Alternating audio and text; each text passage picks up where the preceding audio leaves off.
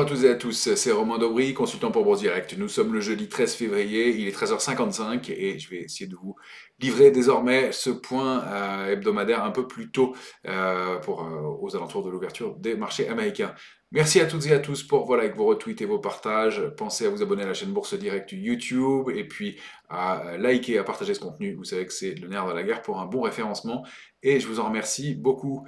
Il y a des indices européens qui sont en train de s'envoler, en tout cas de continuer leur parcours haussier, pendant que les indices américains sont collés, sont bloqués pour l'instant. Vraiment une surperformance européenne qui continue à se mettre en place et à se révéler. Et puis des comportements aussi intéressants du côté des valeurs. On voit qu'il y a un peu de rotation. On l'évoquait depuis longtemps, hein, les grosses tech et les grosses GAFAM, bien peut-être plus grand chose à faire sur celles-ci. En revanche, il y a des dossiers en retard qui repartent. On voit des dossiers comme Intel qui se réveillent un peu, des dossiers comme Adobe aussi aux États-Unis. Donc il y a un changement de comportement sur les marchés américains. Et puis évidemment en Europe c'est le cas aussi. On paye des dossiers en retard, hein. On avait évoqué Kering, Téléperformance, Clariane. Ces dossiers-là, ils sont effectivement en train de remonter. Et puis il y a de l'intérêt aussi en Asie et en Chine, hein. On a vu Alibaba qu'on avait évoqué ensemble quelques fois et qui continue son parcours haussier, qui vient d'aller chercher les premières cibles graphiques. Donc, de l'intérêt toujours, même si du côté des marchés dérivés, on a justement créé un peu d'intérêt hier, enfin, plus de 4% de hausse de la position ouverte sur l'Eurostoxx, c'est un signal positif. Globalement, les intérêts sont en hausse et dans le sens de la tendance, donc c'est haussier, mais on a quand même des niveaux de position ouverte qui sont assez faibles, hein. On touche les 2 millions de contrats ouverts sur l'Eurostoxx, un petit peu plus, et puis 186 000 sur le CAC 40. On est à des niveaux vraiment très bas d'intérêt globalement. Donc ça va dans le sens de la tendance, mais il faut rappeler que la semaine prochaine sera une semaine d'échéance technique des marchés dérivés, donc vendredi 21, échéance des marchés dérivés du mois de février. Et donc l'intérêt commence aussi à augmenter, la position ouverte aussi commence à augmenter de façon mécanique pour des questions d'arbitrage.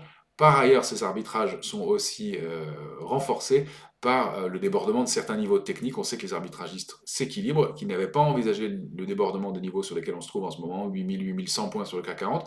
Et donc, mécaniquement, ça entraîne ces mouvements. Alors, des mouvements intéressants, hein, qu'on voit graphiquement, et cette construction de marché dont je vous parle souvent en disant qu'elle n'est pas très étayée, eh bien, on le voit, on accélère, on monte régulièrement pendant plusieurs heures, et puis d'un coup, sur une news, en général un tweet de Donald Trump, comme vous en connaîtrez à l'instant, eh bien, un trou d'air de 1,5% ou presque, en quelques secondes pour aller rechercher le support précédent. Donc c'est toujours très technique, très propre. Ça permet comme ça, eh bien, aux arbitragistes, alors pas uniquement à la spéculation et aux algorithmes, hein, même si les arbitragistes sont branchés sur des algorithmes, mais d'alimenter ces mouvements de hausse et puis on retrace assez brutalement d'un coup. Et donc, ça sert quand même à des points d'entrée nouveaux pour repartir à la hausse et aller former de nouveaux sommets. Donc très mécanique. Ça veut aussi dire à mon sens que ça manque un peu de main forte et solide dans ce marché. Il y a beaucoup de trading, pas beaucoup à mon avis de fonds, pas énormément de fonds en tout cas, moins que ce qu'on pourrait l'espérer, mais le mouvement reste haussier, donc on l'accompagne jusqu'à ce qu'on ait bien des signaux de retournement. On va regarder sur le DAX s'il y a peut-être des débuts de signaux de surchauffe.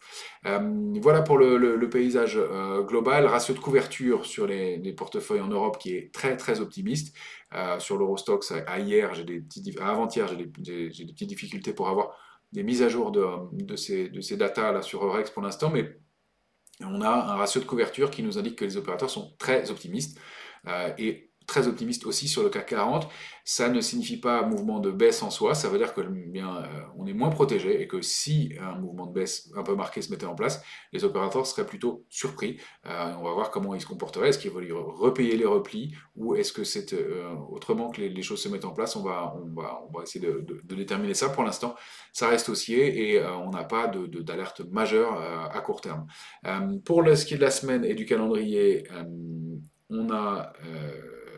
on terminera la semaine par les ventes au détail aux États-Unis demain vendredi. La semaine prochaine sera plus calme en publication, mais on aura quand même un jour férié lundi pour George Washington's Day aux États-Unis. Donc mardi, l'indice des prix à la consommation, les chiffres d'inflation en France. Capgemini et Edenred publieront. Mercredi, les minutes de la Fed, donc le compte-rendu de la dernière réunion de la Fed, dans lequel on peut détecter parfois dans le commentaire des éléments plus précis quant à l'évolution de la politique monétaire. Walmart et Carrefour publieront ce jour-là, mercredi aussi. Jeudi, l'indice de la Fed de Philadelphie, et puis jeudi prochain, une grosse journée avec Schneider, Airbus, Renault et Accor qui publieront à Paris. Vendredi, on aura toute une batterie de PMI dans les manufacturiers et dans les services, en France, en Allemagne et aux États-Unis. Et puis, ce sera l'échéance des trois sorcières du mois de février, donc une échéance qui n'est pas pas une échéance majeure, mais une échéance mensuelle à surveiller qui peut entraîner des mouvements techniques, encore une fois. On le connaît, on le sait, et donc un peu de volatilité peut-être, d'autant plus que ce jour-là, il y aura la publication d'air liquide. Donc voilà pour le calendrier à venir. Donc des éléments intéressants sur l'ensemble des marchés. Et donc, on va aller voir ensuite, eh bien, tout de suite ensemble, les comportements graphiques de notre S&P, notamment le S&P que vous avez ici en journalier. Je vais le reprendre en mensuel déjà pour vous montrer quelques éléments qui me paraissent intéressants. J'ai réajusté les niveaux techniques, j'en ai supprimé pas mal. On est toujours calé entre 5770 et 6101. On est en partie haute, on voit depuis 3 mois ces rejets systématiques contre le niveau de 6101. C'est vraiment le plafond de verre. Maintenant, on est au-delà de 5969, donc on est dans la borne haute du range, on peut dire. Attention à cette début de phase de distribution, à mon sens, ça commence eh bien, être moins fort et même si on peut avoir des extensions haussières encore, il y a manifestement un peu de prise de bénéfices sur les indices US, c'est bien logique après le parcours qu'on a connu. En hebdomadaire sur le S&P, alors je fais les traits d'essai pour l'instant, le scénario est assez ouvert, hein. Est-ce qu'on est au-delà de cette ligne de tendance haussière que j'ai placée ici, et auquel cas ça reste haussier? Est-ce qu'on est en train de former un diamant, figure graphique un peu rare, mais donc de retournement de tendance? Attention à la rupture de 5969 comme premier warning. Ce serait un premier warning relativement de court terme. Ce serait le niveau de 5770 rompu qui déclencherait l'alerte de court terme, hein. Ça, c'est plutôt alerte intraday, on va dire. Pour l'instant, on est calé dans la borne haute du range, 5770 en bas, 6101 en haut.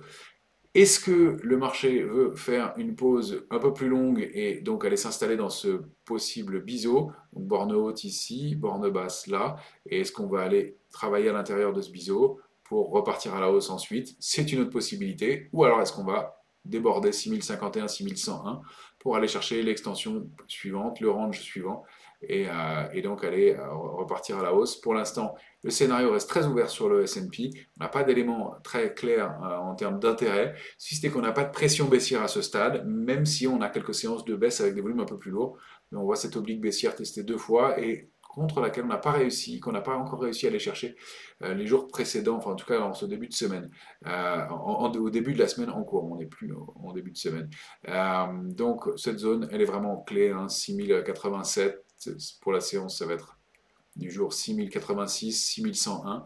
Est-ce qu'on arrive à déborder ce niveau et à repartir à la hausse? C'est possible. Rien n'indique le contraire. 5969, première alerte. On a un petit gap qu'on a laissé ouvert ici encore. Pour l'instant, on latéralise en partie haute. Sur le Nasdaq, même genre de configuration. Alors, on avait des traits d'essai ici qui sont plus très valables. Est-ce qu'on a aussi un diamant en formation? C'est possible. On est pas encore, on n'a pas encore validé. On a laissé un tout petit gap ouvert ici. Et là, on consolide toujours en partie haute dans leur training range. Alors, je vais laisser beaucoup de niveaux intermédiaires. Je vais en supprimer. Je l'ai fait sur le Nasdaq.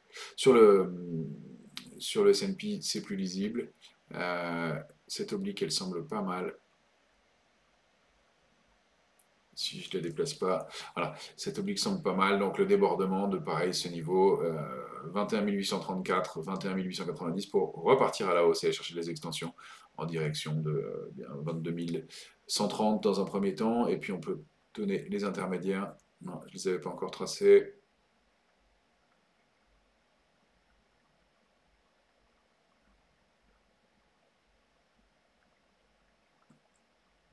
Donc le niveau de résistance qui se situe là.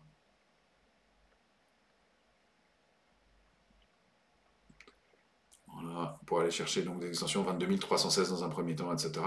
On peut dupliquer, on va voir si on arrive à réactiver à la hausse. Pour l'instant, ça n'est pas le cas, mais on est toujours calé dans ce range 20 615, 21 890 sur le Nasdaq, avec donc les niveaux intermédiaires que vous avez ici. Encore une fois, 21 292 et surtout le premier niveau d'alerte, 21 476 préservé depuis quelques jours maintenant. Donc, à voir dans les heures à venir. On a encore une fois ici un scénario qui est assez ouvert. Est-ce que c'est une structure de retournement qui se met en place ou une pause? Pour l'instant, on accumule en partie haute et on a des volumes qui sont plutôt en hausse sur Nasdaq, d'autant plus qu'on a du relais sur quelques valeurs. Alors, je vous parlais d'Intel, par exemple, qui se reprend récemment. Intel qui est ici en journalier, on va se mettre sur Intel en hebdomadaire. Voilà, Intel qui réagit depuis plusieurs semaines sur ce niveau, depuis l'été, hein, sur ce niveau de 18,94 qui est un niveau de support de très long terme. Et qui a rebondi assez nettement il y a quelques jours. On a Adobe aussi qui forme peut-être une structure de retournement en épaule, tête-épaule inversée, petite hein, pour l'instant à l'intérieur de ce grand biseau. Voilà, on a cette structure ici, épaule, tête, épaule inversée, ligne de coup rompue et débordée plutôt il y a en début de semaine, lundi, avec en mire eh bien 494, 504. Donc il y a des titres comme ça qui se comportent plutôt pas mal, alors que bien en contrepartie, on a un peu de sous-performance du côté des grosses tech et on va jeter un œil au benchmark Nvidia. Nvidia, attention, elle bute contre ce niveau de 134, 80 et elle est en partie toujours entre deux eaux, mais attention à des replis un peu plus marqués pour aller chercher des mouvements comme les points bas qu'on avait testés en août dernier, hein, donc ça fait pas si longtemps. Et on voit qu'on a un échec et un rejet systématique contre ce niveau de 149,77 pour l'instant. Donc une petite sous-performance et des volumes beaucoup plus lourds sur Nvidia dans les mouvements de baisse. Donc attention à surveiller, ça n'est pas, enfin encore, on n'a pas de figure de retournement à court terme, ni long terme d'ailleurs, mais pour l'instant, voilà. Donc ces divergences de comportement, intéressant de remarquer que la volatilité euh, reste assez détendue sur les indices américains, sur le VIX, on l'a ici, on est, pardon, j'arrive pas à trouver le bon niveau de zoom, voilà, c'est ça. On est toujours au-delà de la complaisance, en optimisme, au-delà de 15,40. On n'a pas une volatilité qui est très détendue pour l'instant et un indice VIX sur lequel il n'y a pas beaucoup de commentaires à donner, si ce n'est qu'on n'est pas en complaisance, on n'est encore pas en euphorie non plus. Pour l'instant, on a peut-être un peu de potentiel pour repartir à la baisse sur la volatilité, donc à la hausse sur les indices, mais entre deux eaux et pas de tendance bien marquée de ce côté-là. On va venir voir nos indices européens qui, eux, sont en pleine forme, à commencer par l'Eurostoxx en hebdomadaire. L'Eurostoxx, voilà, beaucoup de niveaux intermédiaires que je vais supprimer maintenant.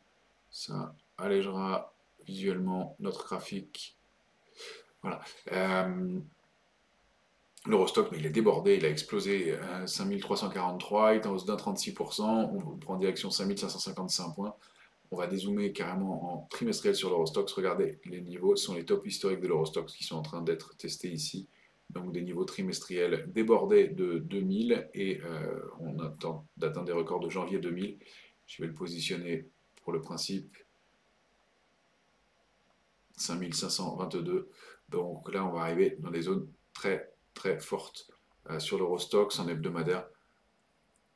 Je vais enlever les niveaux intermédiaires, voilà. Donc la zone 5522, 5555 sera une grosse résistance pour l'indice Eurostoxx. Évidemment, pour l'instant, on en prend le chemin. On n'a pas d'invalidation. On reste haussier. Je vais mettre en journalier. On est toujours en train de déborder les niveaux. On a ouvert aujourd'hui en haut de marché avec un nouveau gap haussier. On a laissé quelques gaps ouverts sur l'Eurostoxx. Ici, notamment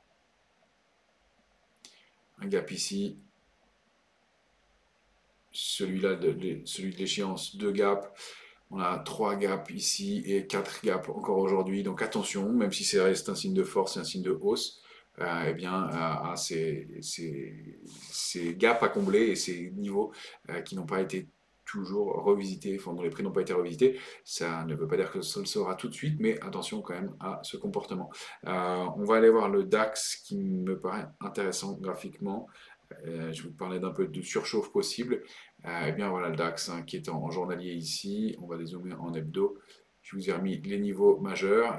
Eh bien 22 484. On l'avait indiqué ensemble 22 186. C'est atteint hier, débordé en gap aujourd'hui. 22 484 qui était une cible.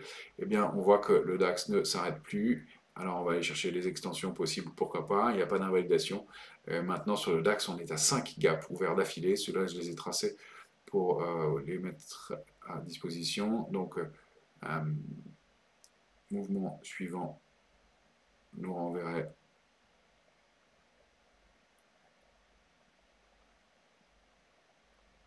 en direction de 22 788 pour le DAX. Attention, je voyais cette structure d'épuisement possible en biseau.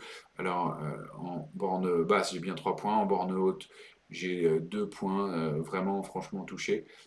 Donc cette oblique haussière, hein, on le sait, ce sont des biseaux d'épuisement, c'est toujours à prendre avec des pincettes. La preuve, ça débordait en gap aussi aujourd'hui.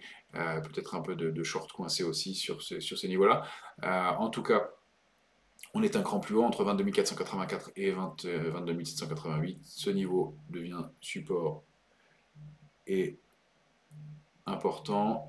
Alors, on a donc ce gap ici qui doit être pris avec, à mon avis, des pincettes. Si on repasse donc sous le plus bas du jour et qu'on réaccélère à la baisse, il y a un vrai risque d'accélération et de retournement de la tendance.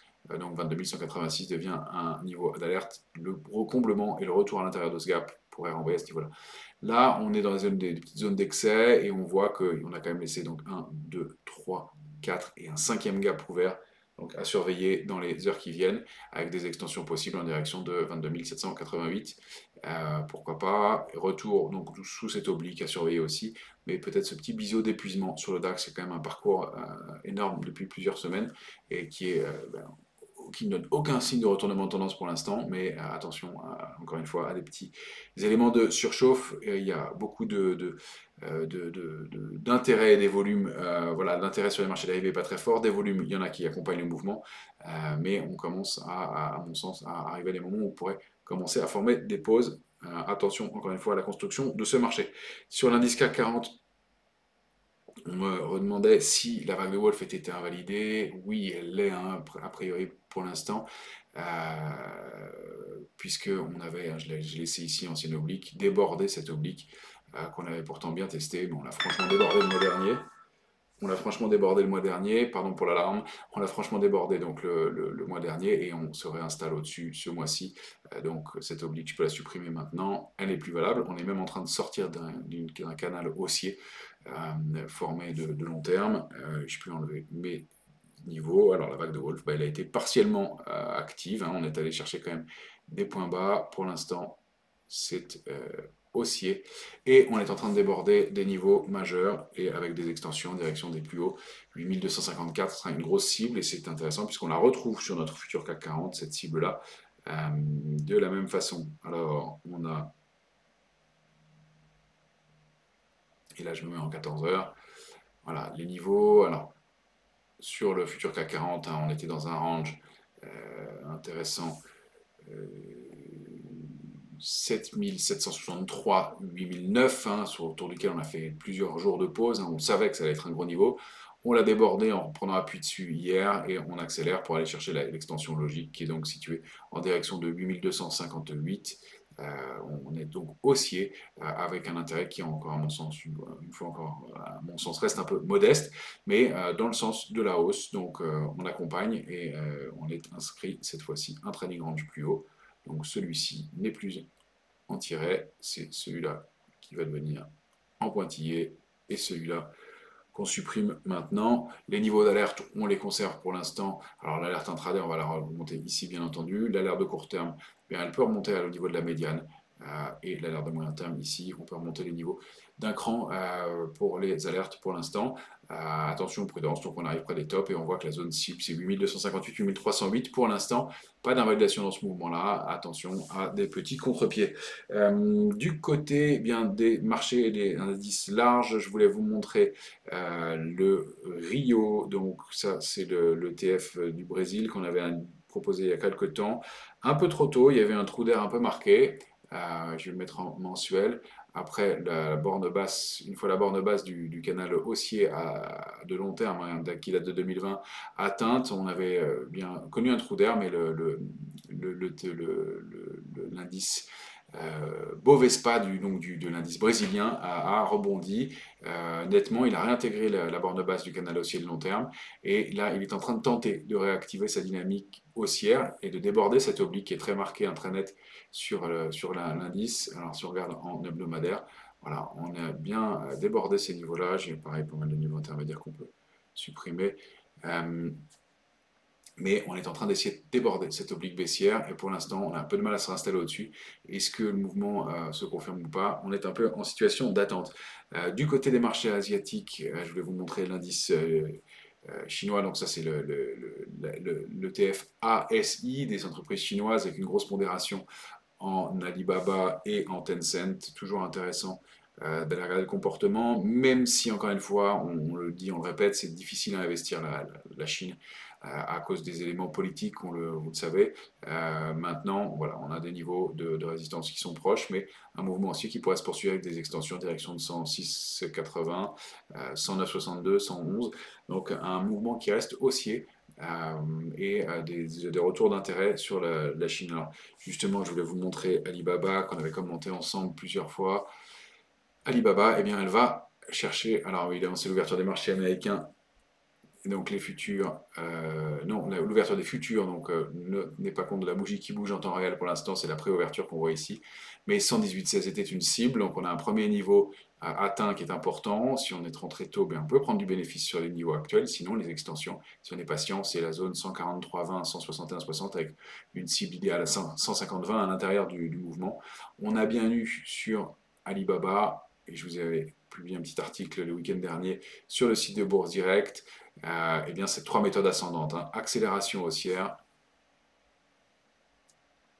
ça c'est un mensuel, grande bougie verte, retracement de petites bougies, suivi d'une grande bougie verte qui vient arriver, déborder, elle se fait en deux mois, mais pour l'instant on est bien haussier très nettement, et donc bien le mois en cours avec une hausse de 20% déjà en une quinzaine de jours, donc trois méthodes ascendantes, et est-ce qu'on va pouvoir poursuivre ce mouvement? Eh bien, ça semble bien parti compte tenu de la configuration et des volumes. Je voulais vous montrer aussi Tencent.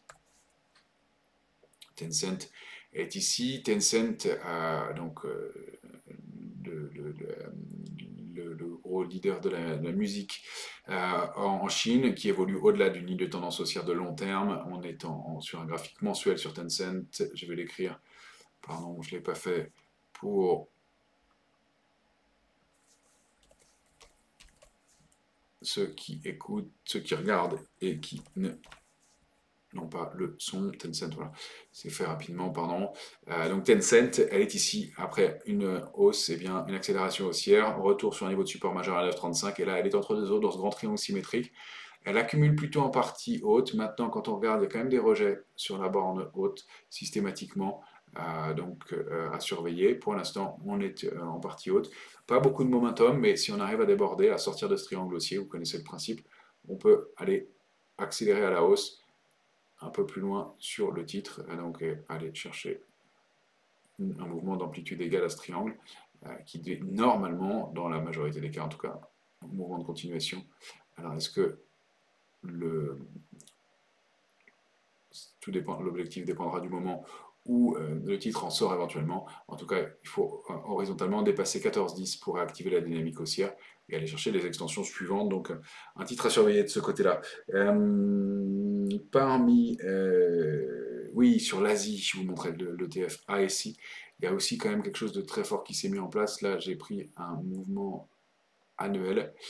Et regardez, un avalement aussi en annuel sur l'ETF ASI. La bougie de 2024 est en train à englober pardon, celle de 2023. C'est quand même un gros mouvement. Donc il y a peut-être un gros retournement de tendance qui se met en place ici sur l'Asie. Encore une fois, à travailler avec pondération, hein. Donc vous voyez bien la bougie de 2023 englobée en totalité par celle de 2024. On a ouvert plus bas et on clôture plus haut. Et le mouvement a l'air de se mettre en place. Donc un rattrapage possible à surveiller encore une fois. Ça peut être une alternative, c'est ça que j'avais noté, que je voulais vous montrer.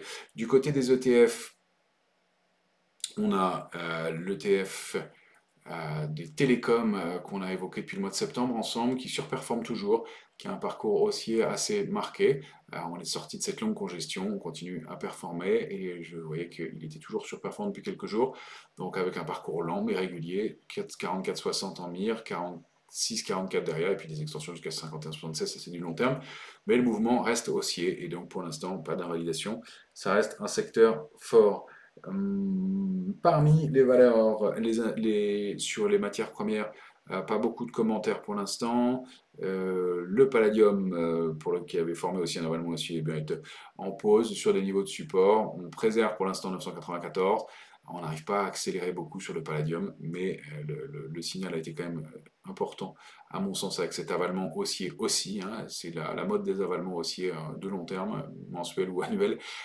Et donc, tant qu'on est au-delà de 994, on a les chances de continuer à repayer, même si à court terme, ça a un peu du mal à confirmer.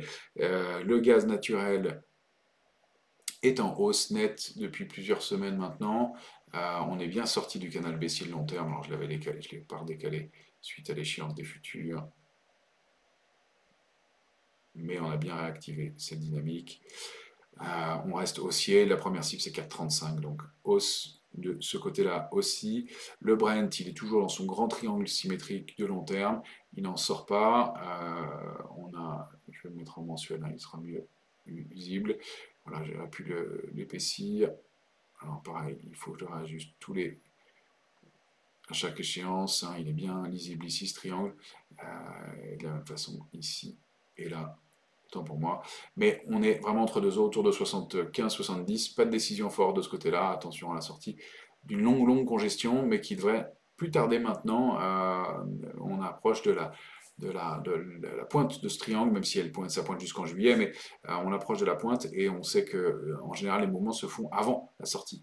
Donc attention de ce côté-là, ça reste haussier. Et si on prend notre euh, Como, ETF Como, ça reste haussier, on est proche des niveaux de résistance à 25-26, on avait replié, puis on a rebondi un peu franchement dans le sillage de tous ces mouvements-là. Sur l'or, eh bien, on avait indiqué cette cible la semaine dernière, ou c'était lundi, donc à 2943,55. On est allé la chercher de 1942,77, voilà, un point près, vous me pardonnerez. Donc parfaitement à la sortie du triangle précédent. Donc petite pause à envisager sur l'or, même si on accumule, on reste en partie haute. Je rappelle que les extensions, c'est 3200 points. Sur l'or, ça reste haussier. Du côté des valeurs, je voulais vous montrer quelques titres à Paris. On a évidemment la publication de Michelin aujourd'hui, qui est saluée très nettement. Michelin, eh bien, elle est peut-être en train de réactiver quelque chose. Elle est en train de déborder 33,76. C'est un niveau sous lequel elle était capé, bloqué depuis maintenant le mois d'octobre dernier. On latéralisait dans cette zone 30-40, 33-76. On est en train d'essayer de passer au-dessus, en gap. Hein. D'ailleurs, si on regarde en journalier, on voit bien que le niveau a été bien identifié par les opérateurs.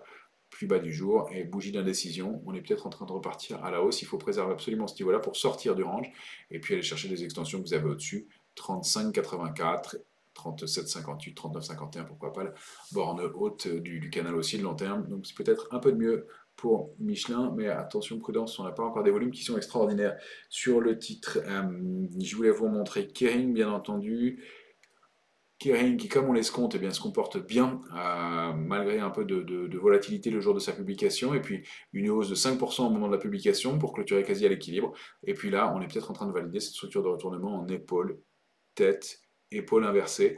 Le niveau de 274 est clé et les opérateurs l'ont bien identifié.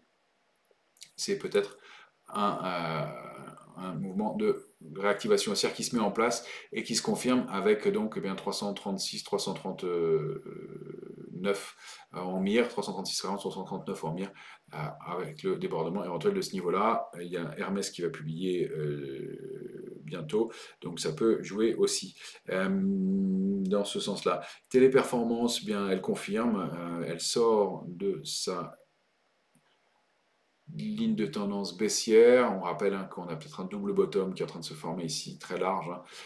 Et donc avec un premier niveau à 104,40, mais surtout la ligne de coup à 120,90. C'est ici où on saurait si le double bottom est validé pour aller chercher 158. En tout cas, on monte avec du volume et de façon régulière. Donc elle surperforme, fait des performances dans ce marché. Je voulais vous montrer peut-être une vague de Wolf, cette fois-ci à surveiller éventuellement sur Publicis. Publicis, donc vague 1, 2, 3, 4 ici et 5. On aurait débordé la vague 3. Attention à un retour de Publicis sur ces niveaux-là.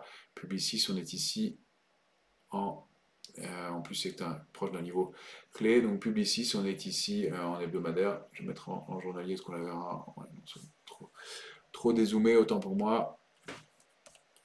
On va se remettre en hebdomadaire, Publicis Group. Je ne vois pas pourquoi j'ai pas le nom ici qui apparaît. En tout cas, on va l'indiquer aussi.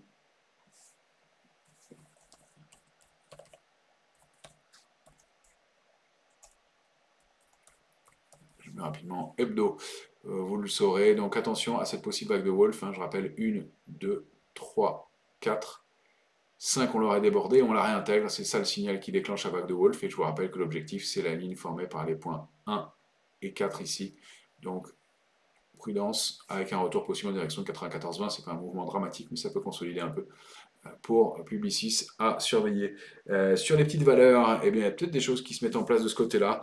Un élément intéressant dans le marché, c'est Imerys. Imerys qui est peut-être en train de s'inscrire dans un petit biseau baissier. Alors on n'a pas retouché très vite, très tôt la partie basse ici, mais on accumule sous ce niveau de 28,56 à surveiller sur un titre qui est pour un titre qui est sur un gros niveau de support. Hein, toute cette zone 24,08, 25,94.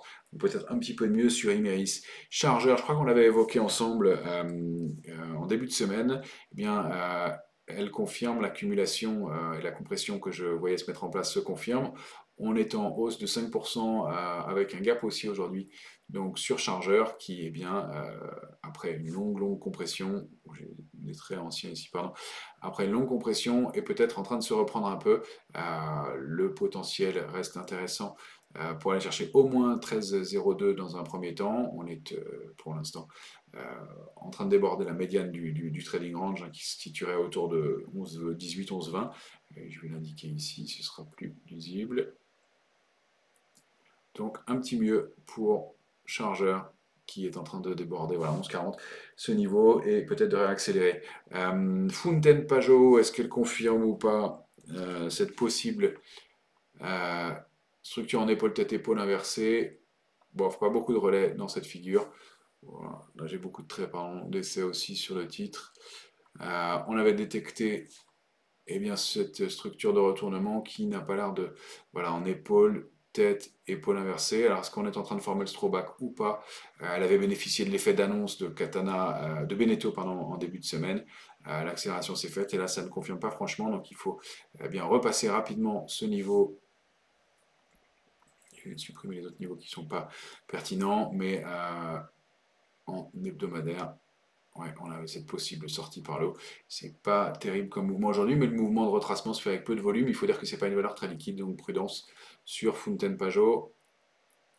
Je ne m'étends pas vraiment plus dessus, mais voilà, je pensais avoir tracé la figure, autant pour moi.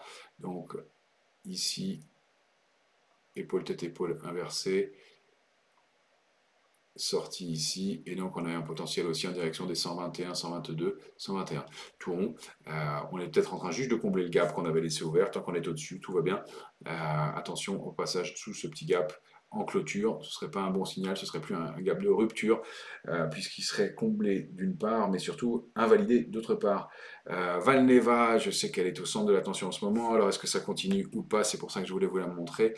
Valneva, eh bien, le parcours est haussier, mais attention, on vient de toucher un gros niveau sur Valneva. Si on regarde en hebdomadaire, Valneva, elle évolue au sein d'un canal baissier de long terme. Elle y est depuis août 2022. Borne basse, borne basse, borne haute, et puis borne basse testée, non testée, pardon, ici autant pour moi, mais on a rebondi et on est allé chercher ce gros niveau de 4,24,6 hier, donc un peu de prise de bénéfice sur le titre. Attention, on peut encore aller chercher 4,862, ça fait plus de 20% de hausse, hein, plus de 25% de hausse, et c'est au-delà de ce niveau-là et de la sortie de ce canal baissier de long terme qu'on pourrait envisager une réactivation haussière pour le titre. Voilà le canal en mensuel, donc vous voyez qu'on est toujours en tendance baissière, même si eh bien, il faut aller déborder ce niveau pour sortir de ce canal baissier qui est pourtant très large et malgré un rebond de plus de 145% depuis ces points bas. Voilà les quelques titres que je voulais vous montrer. Donc ici il reste Clariane, dont on avait parlé, qui est bien a atteint sa première cible parfaitement graphiquement. Clariane, hein, donc qu'on surveillait. On va se mettre en hebdomadaire. Hop, ici. Clariana qui était donc en congestion entre 1,715 et 2,27 et bien qui vaut 2,87.